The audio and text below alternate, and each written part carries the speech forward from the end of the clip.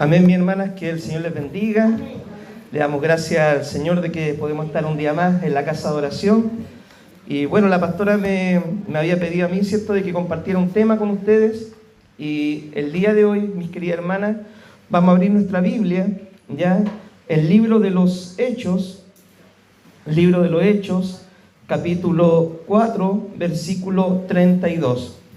Y vamos a estar hablando en esta tarde, ¿cierto?, un poquito sobre las señales de una iglesia llena del Espíritu Santo, ¿ya?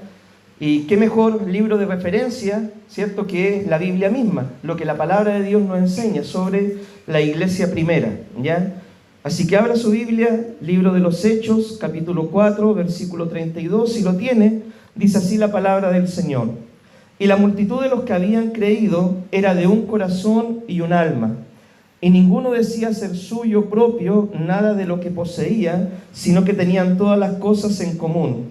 Y con gran poder los apóstoles daban testimonio de la resurrección del Señor Jesús, y abundante gracia era sobre todos ellos.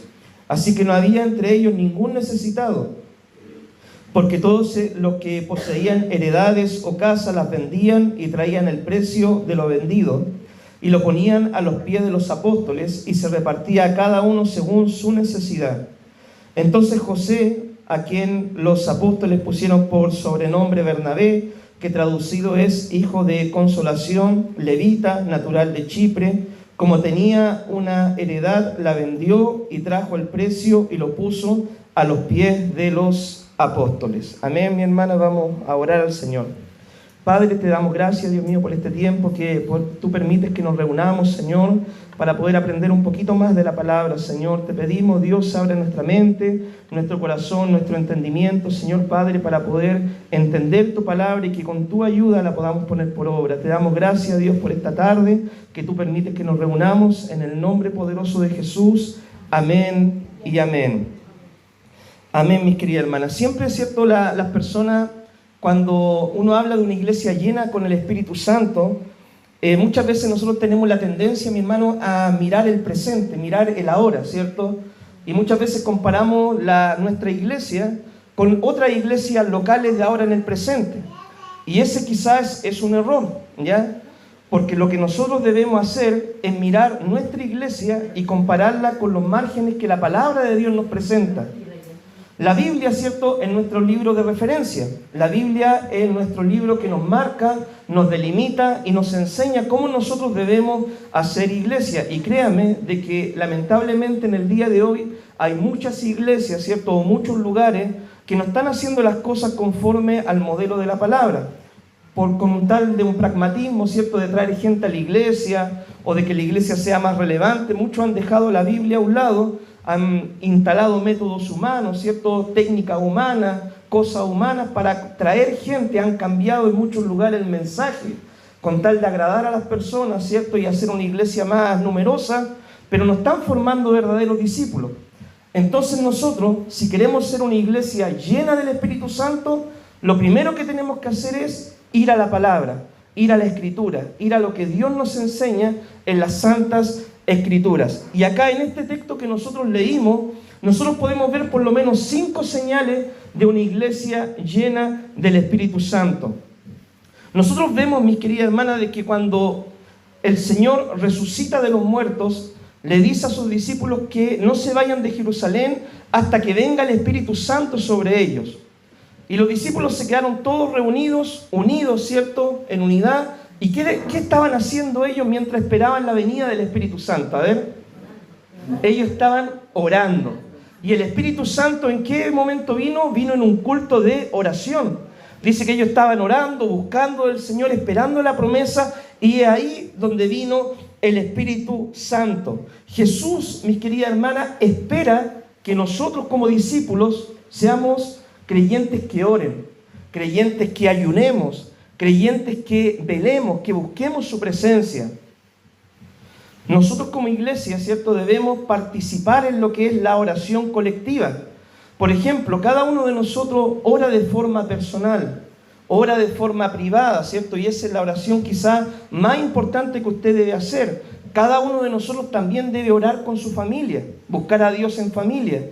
pero también nosotros debemos orar juntos como iglesia, así como lo hacía la iglesia primera. Cuando la iglesia primera estaba unida en oración, fue ahí donde Dios envió la promesa del Espíritu Santo y fueron llenos del Espíritu. Cayó el Espíritu Santo sobre los 120 que estaban orando y ellos empezaron a hablar en otras lenguas y Dios ahí empezó un avivamiento. Vemos también en el libro de los Hechos de los Apóstoles que cuando Dios ya llama, ¿cierto?, a Saulo que se convierta al Señor, dice que ellos ministrando juntos en ayuno, ¿cierto?, junto con otros discípulos en la iglesia en Antioquía, habla el Espíritu Santo y dice: apártenme a Bernabé, ¿cierto?, y a Saulo para la obra del ministerio. ¿Qué es lo que estaba haciendo la iglesia cuando habló el Espíritu Santo y levantó a estos ministros, ¿cierto?, para que sean misioneros? La iglesia estaba ayunando. Ellos estaban ayunando. Ya tenemos dos particularidades: orar, ayunar. Como iglesia de Dios nosotros debemos orar y ayunar. El Señor también nos pidió que velemos, porque la carne es débil, ¿cierto? El diablo anda buscando como león rugiente a quien devorar y nosotros debemos estar velando, ¿cierto? Orando, ayunando, velando. La iglesia primera hacía todas estas cosas y nosotros también debemos llevarla a cabo en este tiempo. Hoy en día, ¿cierto?, muchas iglesias han perdido la costumbre de tener reuniones de oración. Hoy en día muchos creyentes han perdido la costumbre de ayunar. Eso era como, algunas veces se dice, como se hacía más antes, ¿cierto? Y ahora en la actualidad muchos le han dado un poquito de relajo a su carne y ya no quieren mortificar la carne con un ayuno. ¿Para qué hablar de las vigilias, ¿cierto? No una noche sin dormir, no. Lo que más quiere uno, ¿cierto?, en este tiempo, algunos hermanos, es quedarse más rato durmiendo en la camita, ¿cierto? Pero estas son actividades espirituales que hacía la iglesia primera y que Dios espera también que nosotros las podamos llevar a cabo hoy para ser una iglesia llena del poder y del Espíritu Santo. Las armas, mis queridos hermanos, que nosotros tenemos son armas espirituales. La palabra de Dios dice en el libro de Zacarías: no es con espada, no es con ejército, sino es con mi espíritu. Y nosotros debemos derribar las fortalezas del enemigo, debemos nosotros, ¿cierto?, marchar firme en la conquista, ¿cierto?, en el reino de Dios con las armas espirituales, en la oración, en el ayuno, en la vigilia, en el buscar de la presencia del Señor. Una iglesia, mis queridos hermanos, que no ora, una iglesia que no ayuna, una iglesia que no vela, es una iglesia que no tiene poder espiritual, no tiene fuerza espiritual. Quizás sea una iglesia que tiene mucha actividad, pero no es una iglesia que tiene poder y unción del Espíritu Santo. Y es por eso, mis queridos hermanos, de que en este tiempo, como iglesia local, nosotros hemos tratado, ¿cierto?, de enfocarnos mucho en esto. Ya llevamos la oración, ahora vamos con el ayuno, ¿cierto? Y ahora lo que queremos empezar a hacer el año que viene, si Dios lo permite, es poder empezar a hacer quizás vigilia una vez al mes, pero debemos fortalecernos espiritualmente si queremos crecer y madurar en la fe y ser llenos del Espíritu Santo. Una iglesia llena del Espíritu Santo es una que busca la presencia de Dios en unidad. Dice la palabra de que los discípulos estaban unánimes, en comunión, en coinonía, orando al Señor. Porque igual no sacaríamos de nada, ¿cierto?, de que nosotros pudiéramos orar, ayunar, velar, si estuviéramos todos peleados entre nosotros, ¿cierto? O si nosotros anduviéramos hablando mal el uno del otro, o discutiendo, o defraudándonos el uno con el otro. Eso tendríamos muchos sacrificios, pero nos faltaría igual espiritualidad. Entonces Dios se glorifica, mi hermano, en esta búsqueda espiritual, pero también Dios se va a glorificar en la unidad de la iglesia, en el amor, en el cariño, en el respeto que tengamos los unos por los otros. Debemos, mi querida hermana, aprovechar cada instancia que la iglesia genera para poder nosotros, ¿cierto?, buscar del Señor juntos, en unidad y en armonía. Porque como dice el Salmo, es ahí donde el Señor envía su bendición. Mirad cuán bueno y cuán agradable es que habiten los hermanos juntos y en armonía, porque ahí donde Jehová envía su bendición. ¿Usted quiere, mi querida hermana, ser bendecida por Dios? ¿Usted quiere que la iglesia sea bendecida por Dios? Debemos incluirnos en las actividades y trabajar juntos en un propósito, buscando al Señor para que Dios pueda enviar de su bendición. Una iglesia, mis queridas hermanas, llena del Espíritu Santo, es también una iglesia que se ocupa en la tarea de formar discípulos. Formar discípulos. El Señor, cuando nos mandó a predicar la palabra, el Señor no nos dijo vayan y cuenten chistes. El Señor no nos dijo vayan y entretengan al público. El Señor no nos dijo vayan y traten de ser el predicador más relevante de toda la zona. El Señor no nos dijo vayan y súbanse al púlpito y hagan un show.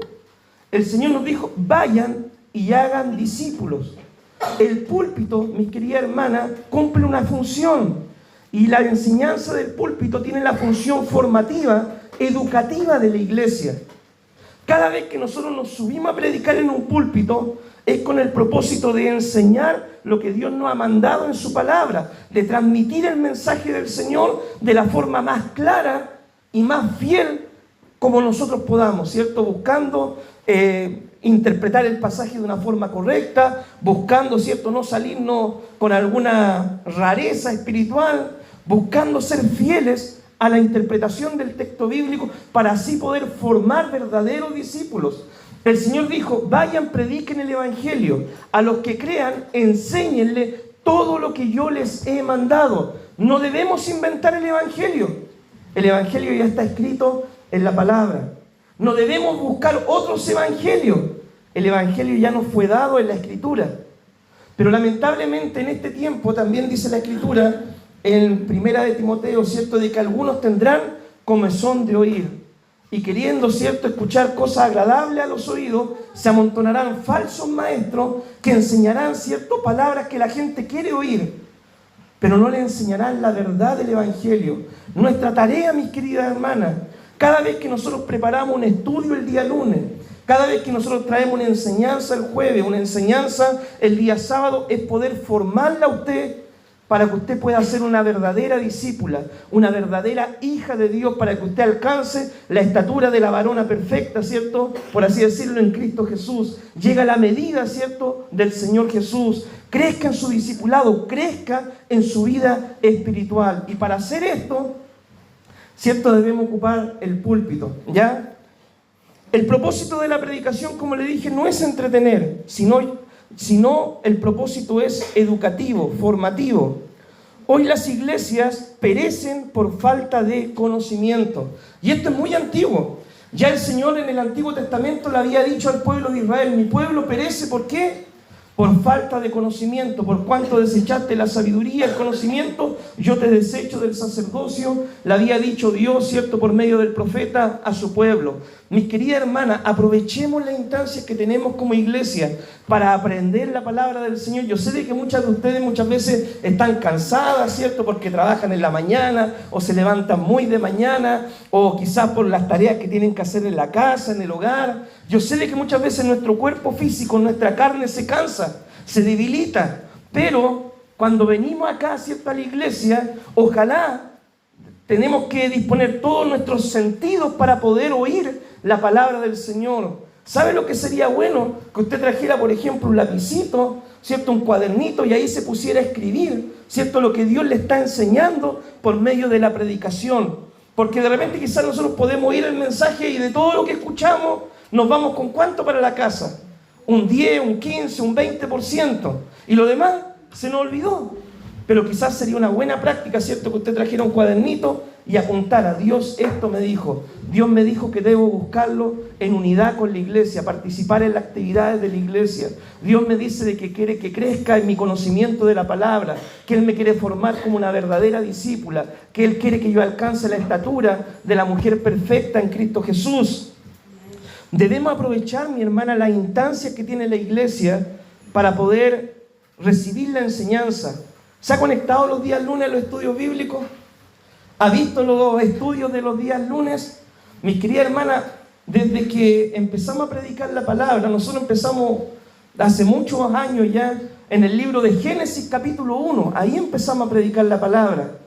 Y bueno, y los mensajes lamentablemente los empezamos a grabar más o menos desde el libro de Proverbios, ¿cierto? Si no estoy equivocado, Eclesiastés para adelante.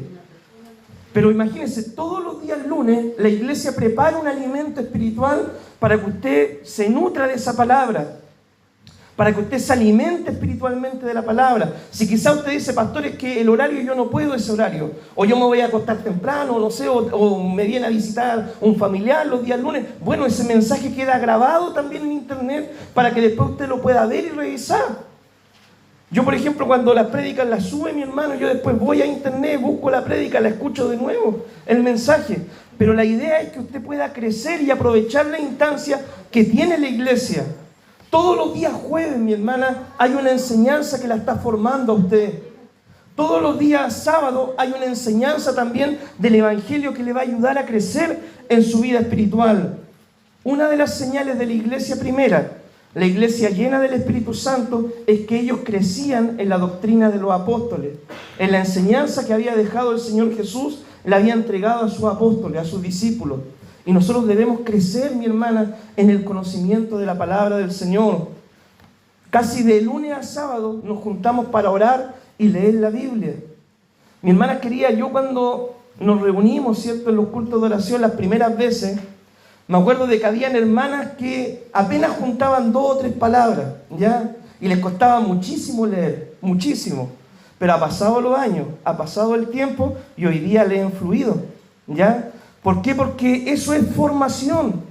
Usted quizás cuando va a empezar a leer la Biblia, quizás no va a entender todo, no va a comprender todo, le va a costar entender unas palabras, pero a medida que la lea 1 vez, 2 veces, 3 veces, 4 veces, 5 veces, créame que le va a quedar y usted va a crecer y va a madurar en su conocimiento de la palabra del Señor. Es importante, mi hermana, que nosotros crezcamos en el conocimiento de la palabra para no ser engañados y no ser atraídos por otros falsos evangelios y por los falsos profetas que hay hoy en día.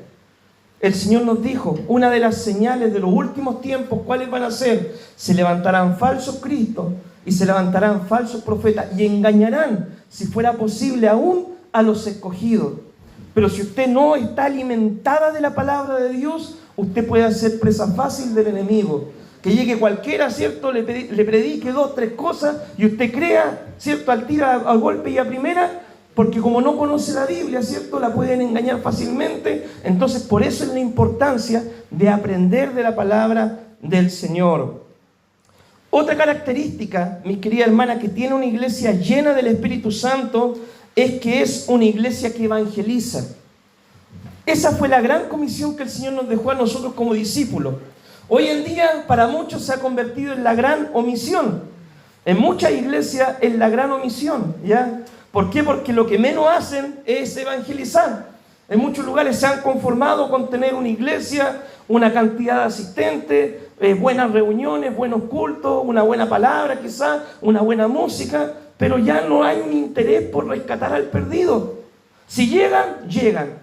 Pero yo, ¿cierto?, no voy a ir a buscarlos, dicen algunos. No, mis queridas hermanas, nuestra tarea, nuestra primera tarea como iglesia es la de ir al mundo a rescatar almas, ir a predicar el Evangelio. Cristo dijo, vayan por todo el mundo, predíquenle a toda criatura, ¿cierto?, el Evangelio. Y esta era la tarea que hacían los apóstoles, de ir y predicar la palabra del Señor. ¿Cierto? Ir y ganar almas, traer gente a la iglesia, alcanzar al perdido. Está bien, nosotros, ¿cierto?, con nuestras fuerzas quizás no lo vamos a convencer, porque esa es una tarea que hace el Espíritu Santo. Pero la tarea tuya es abrir la boca, predicarle la palabra. La tarea de Dios es que la gente se convenza y la tarea de la persona es tomar su decisión si es que va a aceptar o rechazar el Evangelio. Pero nosotros debemos sembrar la palabra. Y este es un rasgo de la iglesia primera, de una iglesia llena del Espíritu Santo, que era una iglesia que evangelizaba, una iglesia que predicaba el Evangelio. Nosotros hoy en día estamos evangelizando por lo menos quizás 1 vez a la semana, 1 o 2 veces a la semana, y no todos participan del evangelismo. Deberíamos todos, hermanos, participar del evangelismo, de ir a predicar el Evangelio. Yo el otro día conversaba con la pastora, le decía, ¿sabe qué, pastora? Por mientras estamos preparando la tierra, ¿cierto? Estamos orando, estamos ayunando, estoy arreglando el templo. Le dije, ¿por qué? Porque mi meta, ¿cierto?, es de aquí al próximo año o 2 años más dedicarme de lleno a la tarea de la evangelización. Yo no le digo media hora, ¿cierto?, al día, sino dedicar un par de horas al día para poder predicar el Evangelio. Y ese debería ser el sentir de todos nosotros, de traer almas a los pies de Cristo, ser ganadores de almas. Una iglesia, mis queridas hermanas, llena del Espíritu Santo, es una iglesia también que ayuda a los necesitados.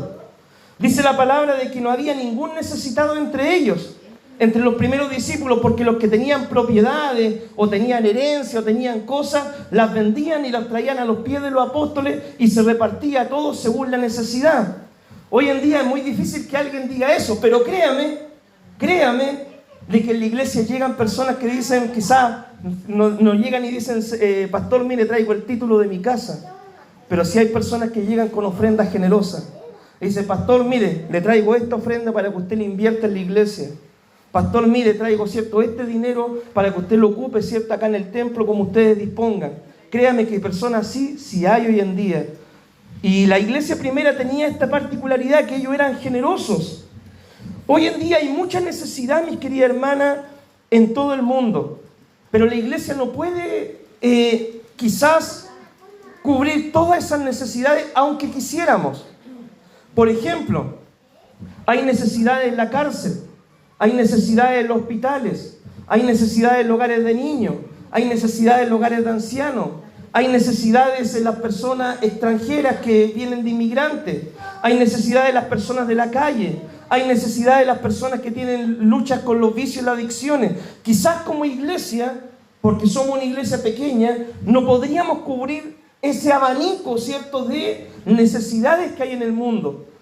Pero créame de que Dios tampoco le dice, mira, yo quiero que tú lo hagas todo, ¿cierto?, y que tú te vuelvas loco un día en el hospital, en la cárcel, al otro día en el hogar de niños, en el hogar de ancianos. No nos daría la vida para hacer eso.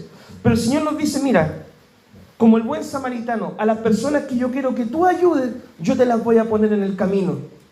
A los que yo quiero que tú ministres, a eso yo te voy a colocar en el camino. Usted dice, ¿y el Señor nos coloca gente en el camino? Claro que sí. Si el Señor quiere que tú vayas a la cárcel, a algunos Dios los va a comisionar para levantar un ministerio carcelario. Pero a otro le puede decir un amigo, ¿cierto? ¿Sabes qué? Estoy preso. O un familiar, ¿sabes qué? Estoy preso. Y ahí donde Dios te quiere enviar a esa persona en específico. Yo le digo que eso sucede, ¿sabe por qué? Porque a mí me ha pasado en lo personal. Mire, le voy a contar un pequeño testimonio. En mi juventud, ¿cierto?, yo tenía un amigo, éramos yunta con ese amigo. Íbamos para todos lados juntos. Yo me convertí al Señor, ¿cierto? Después dejamos de hablar, me acuerdo que le prediqué una vez y después nos entregó al Señor. Él siguió su camino y yo seguí mi camino. Han pasado muchos años, mi hermano, desde que yo me entregué al Señor, 16 años, ¿cierto?, hasta la fecha. Y en la semana pasada, o hace un par de días, me llamó mi amigo. Me llamó, ¿cierto? Me mandó un mensaje, me dijo, hola Jorge, ¿cómo estás? Bien, le dije yo, acá estoy. ¿Qué ha sido de tu vida? Me dijo, estoy bien. Hace un par de días, ¿cierto? Él me escribió, el 2023 me entregué al Señor, entregué mi vida a Jesús. Hoy, ¿cierto?, estoy en un lugar, me dijo, y te escribía para contarte esto, que entregué mi vida a Jesucristo. ¿Sabes que a mí me produjo tanta alegría, tanto gozo, el ver que Dios sigue salvando a su Hijo? Y Dios te va a colocar personas así en el camino para que tú ministres un día, para que tú hables con ellos, para que tú le prediques, para que tú le enseñes la palabra, para que tú le ayudes en su vida espiritual. Así como esa persona un día, por ejemplo, evangelizando con la pastora, tocando puertas, llegamos, ¿cierto?, tocamos unos departamentos de la nada, ¿cierto? Vimos los departamentos, vimos la puerta abierta, que por lo general están cerrados, ¿cierto? Para entrar, tocamos una puerta y así conocimos, por ejemplo, a la hermana Erika, ¿ya? Erika venía recién llegando de Venezuela, con mucha necesidad en ese tiempo. Hablamos con ella, la invitamos a la iglesia, ella accedió a venir a la iglesia y hasta el día de hoy permanece. Y así Dios va a colocar gente en el camino para que tú le ayudes. Quizás tú no vas a poder con tus recursos cubrir todas las necesidades y Dios tampoco te va a ser responsable de eso. Pero Dios te va a colocar en el camino a la gente que tú debes ministrar. Como la historia del buen samaritano, ¿ya? Al ser mucha la necesidad, ¿cierto?, no podemos hacer todas las cosas aunque queramos. Dios nos pondrá a la gente en el camino para que nosotros podamos ayudar. Y para ayudar a una persona, ¿cierto?, en necesidad, lo único que se necesita es tener disposición. Nunca diga, mis queridas hermanas, nunca diga y nunca cometa este error de decir, la iglesia no hace nada. Hay mucha gente que dice, esta iglesia, por ejemplo, no evangeliza, o esta iglesia no ayuda a los necesitados, o esta iglesia no ora. Nunca comete ese error. ¿Sabe por qué? Porque usted es la iglesia, yo soy la iglesia, y si la iglesia no está orando, es porque quizá usted no está orando. Si la iglesia no está evangelizando, es porque quizá usted no está evangelizando. Si la iglesia no está llegando a los lugares de necesidad, es porque quizá usted no está yendo a los lugares de necesidad. Porque muchas veces nosotros tenemos la idea o el concepto de que en la iglesia se levanta un ministerio de acción social, un ministerio de ayudar a los necesitados, de ir a diferentes lugares, pero no nos damos cuenta de que tú eres la iglesia, yo soy la iglesia, y Dios a todos nos comisionó para ir a aquellos lugares. Entonces nunca diga la iglesia no hace nada, mejor diga yo no estoy haciendo nada y necesito hacer algo por el reino de Dios. Porque ese es un error, mi querida hermana, porque dentro de la iglesia hay gente que sirve, hay gente que ministra, hay gente que va, hay gente que sin decirle nada a uno, de repente, ¿cierto?, están evangelizando, están invitando gente, están predicando, están ayudando. Hace un par de días, ¿cierto?, a una hermana, ¿cierto?, hermana, mire, le trajimos estas primicias para bendecir su vida. Y la hermana me dijo, ¿sabe qué, pastor? Me dijo, gracias a Dios yo estoy bien, pero conozco una persona que tiene necesidad. Y esa misma primicia se la entregó a otra persona que sí tenía una mayor necesidad. Imagínese, mi hermana querida, cualquier otra persona dice, ya bien, pues más bendición para mí, ¿cierto? Pero ella ayudó de lo que Dios le dio, ella bendijo a otra persona. Una iglesia llena del Espíritu Santo es una iglesia donde hay comunión, mi querida hermana. En la iglesia, ¿cierto?, siempre debe estar la preocupación de los unos por los otros. No diga, el pastor no me llamó. Diga, yo voy a llamar a mi hermano, a mi hermana. No diga, el pastor no me visitó. Diga, yo voy a preguntar por mi hermano, yo voy a ir al hogar de mi hermano a verlo. No me diga eso a mí, pastor, y llamó a tal persona, pastor, fue a visitar tal persona, pastor, ¿qué pasa con el hermanito tanto? Hermano querido, si te preocupa tu hermano, llámalo tú. Yo lo voy a hacer como pastor. Pero también debe estar en ti ese amor, ese cariño por tu hermano. El hermano siempre va a esperar la llamada del pastor.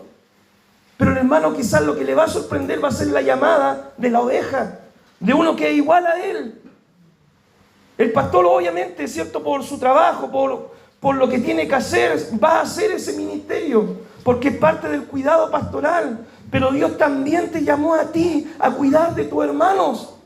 Tú no puedes decir como Caín, ¿cierto? Cuando Dios le dijo, Caín, ¿y dónde está tu hermano? ¿Qué sé yo? Le dijo al Señor, ¿cierto? Le dijo, ¿soy yo acaso guarda de mi hermano? No, tú no puedes tener esa actitud. Si en ti hay amor, hay cariño, tú debes preocuparte por tu hermano y no decir, hay que llamar a este, hay que visitar a este, hay que hacer esto. No, debes hacerlo. Tú debes ir. Siempre debemos estar orando los unos por los otros. Y visitarnos los unos a los otros, y llamarnos los unos a los otros, y mandarnos mensajes de vez en cuando los unos con los otros, porque esto forma comunión en la iglesia. Acá no somos un grupo de desconocidos, acá somos un grupo de hermanos. Hermanos, tú eres mi hermana, yo soy tu hermano. Somos familia en Cristo, no tenemos la misma sangre, ¿cierto?, de papá y mamá, pero tenemos la sangre de Cristo que nos une. Ahora, quizás muchos dicen, bueno, yo espero la llamada del pastor. Y créame que yo, como pastor, espero la llamada de las ovejas también. Porque algunos dicen, el pastor no me llamó. ¿Y quién llama al pastor? ¿Cuándo me han dicho, pastor, cómo está? Pastor, ¿cómo está la salud? ¿Cómo está con la pastora? ¿Le falta algo, pastor? A mí nadie me llama. Ni siquiera otros pastores. Pero yo también, créame que soy oveja. Y también necesito que se preocupen por mí o por Zule. ¿Ya? Entonces, mi querido hermano, esto es tener comunión los unos con los otros. Preocuparnos, amarnos los unos a los otros, como lo hacía la iglesia primera. Es tarea de todos los creyentes, mi hermano, ¿cierto?, demostrar su amor a sus hermanos. Cuando una iglesia está unida, es una iglesia fuerte.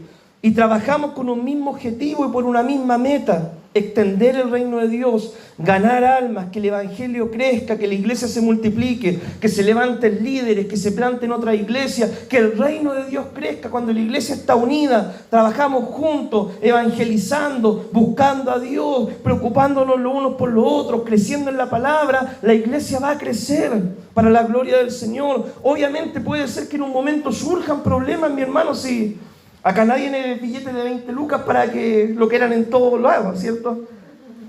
Quizás de repente puede surgir, ¿cierto?, un problema, una diferencia de opinión, no me gusta, ¿cierto? Yo me voy por la derecha, tú te vas por la izquierda, qué sé yo.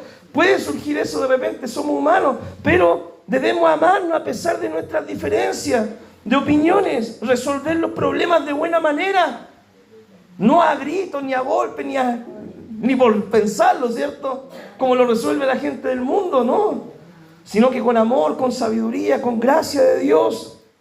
Debemos cuidar, mi hermano, cuidarnos de las cosas que pueden romper la comunión de la iglesia, las murmuraciones, las peleas, los celos, la competencia, cuidarnos de esas cosas y siempre procurar la unidad del pueblo de Dios, de nosotros como iglesia local, mis queridas hermanas. Para resumir, me gustaría, ¿cierto?, contarles una historia. Amén. Una vez el Señor Jesús plantó una iglesia en los cerros de una ciudad costera.